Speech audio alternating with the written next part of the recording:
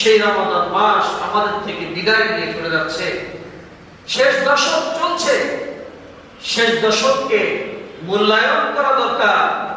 অতীতে যা হয়েছে হয়েছে, রহমতের দশক চলে গেল, মাগফিরাতের দশক চলে গেল, যে কোনো ভুলের কারণে চলে গেছে। এখন বুদ্ধিমানের কাজ হচ্ছে এই শেষ দশককে মূল্যায়ন করা। হাদিস শরীফে রাসূলুল্লাহ সাল্লাল্লাহু আলাইহি ওয়াসাল্লামের আমল সম্পর্কে পরিষ্কার বর্ণিত আছে। হযরত রাসূলুল্লাহ সাল্লাল্লাহু আলাইহি ওয়াসাল্লাম রমাদানের শেষ দশকে কি করতেন? বুখারী শরীফের হাদিস, কানা নবী সাল্লাল্লাহু আলাইহি ওয়াসাল্লাম ইযা দাখালাল আশরুল আওয়াখির শাদ্দা বিসারহু ওয়া আহইয়া লাইলাহু ওয়া আইকাযা আহলাহু আও কামা ক্বালা আলাইহিস সালাতু ওয়াস সালাম। যখন রমজানের শেষ দশক আসতো, রাসূল সাল্লাল্লাহু আলাইহি ওয়াসাল্লাম কবরে গামছা বাঁধতেন, কবরটাকে টাইট করে বাঁধতেন। তার মানে কি সত্যি গামছা বাঁধা লাগবে? এটা উদ্দেশ্য না। উদ্দেশ্য হচ্ছে অন্যান্য কাজগুলিকে কমিয়ে ফেলতেন, রমজানের জন্য, ইবাদতের জন্য নিজেকে ফ্রি করে ফেলতেন। অন্য কাজগুলিকে হালকা করতেন, ইবাদতের জন্য সম্পূর্ণ নিজেকে প্রস্তুত করে ফেলতেন। এখানেই শেষ নয়, ওয়াহিয়া লাইলাহু, এই পুরা শেষ দশক পুরা রাত জেগে জেগে তিনি ইবাদত করতেন। আমাদের মতো মোবাইল টিপে সারা রাত কাটাইতেন না, আমাদের মতো দেশের সংবাদ দেখে দেখে সারা রাত কাটাইতেন না, পুরা রাত ইবাদত বন্দেগীতে কাটাইতেন। কেমন ভাবে নামাজ পড়তেন?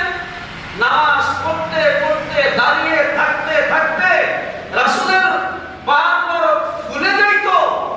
রাসূল ক্লান্ত হইতেন না। আল্লাহ পাক আয়াত নাযিল করে বলেছেন, কুমিল লাইলা ইল্লা কলিলা, হে নবী এত রাত জাগা লাগবে না, এত নামাজ পড়া লাগবে না, আপনার পা ফুলে যাচ্ছে, সারা রাত জাগা লাগবে না, আপনি একটু বিশ্রাম নেন।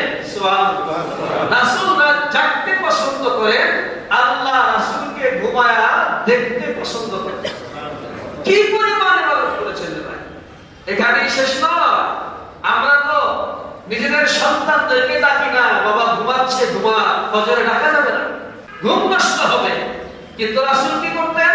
ওয়াইকাযা আহলাহু, এই শেষ দশকে তার পরিবারের সদস্যদেরকে জাগায় দিতেন। সুবহানাল্লাহ। ওঠো, ওঠো, রমজান প্রায় বিদায় নিয়ে চলে যাচ্ছে, ওঠো, আর সময় নষ্ট করা যাবে না। যা হয়েছে হয়েছে, রহমতের দশক চলে গেল, মাগফিরাতের দশক চলে গেল, হয়তোবা ত্রুটি বিচ্যুতি হয়েছে, সাবধান, এই শেষ দশক যেন হেলায় খেলায় নষ্ট না হয়ে যায়।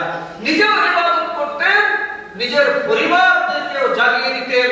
মুহতারাম হাজিরিন, এই রাসূলের আমলগুলি আমি আপনি করতে পারি, কোনো বিষয় না। জীবনে অনেক রাত জেগেছি, কিন্তু তাহাজ্জুদের কারণে হয়তো জাগা হয়নি। এক জেলা থেকে আরেক জেলায় যাচ্ছি, এক শহর থেকে আরেক শহরে যাচ্ছি, গাড়িতে বসে ঘুম আসে না, এরকম রাত জাগা হয়েছে না নিজের জীবনে? অসংখ্য রাত চলে গেছে, কিন্তু তাহাজ্জুদের নামাজে, কোরআন তেলাওয়াতে, জিকিরে, তাসবিহ তাহলিলে, দোয়ার মাধ্যমে রাত জাগা হয়েছে, এরকম জীবনের রাত খুব কমই আছে। এই সুযোগ আমাদের সামনে এসেছে। রাসূল যেখানে সারা রাত জেগে জেগে ইবাদত করেছেন, নিজের পা মোবারক ফুলে যেত, অথচ তার জিন্দেগিতে কোনো গুনাহ ছিটা ফোঁটাও ছিল না, গুনার কোনো নাম বন্ধই ছিল না। সামনের জিন্দেগির সব গুনাহ মাফ, অতীত জিন্দেগির সব গুনাহ মাফ, তার কোনো গুনাহই ছিল না। এরপরেও তিনি এত দীর্ঘ সময় নামাজ পড়তেন, নিজের বিবিদেরকে জাগিয়ে দিতেন, ওঠো।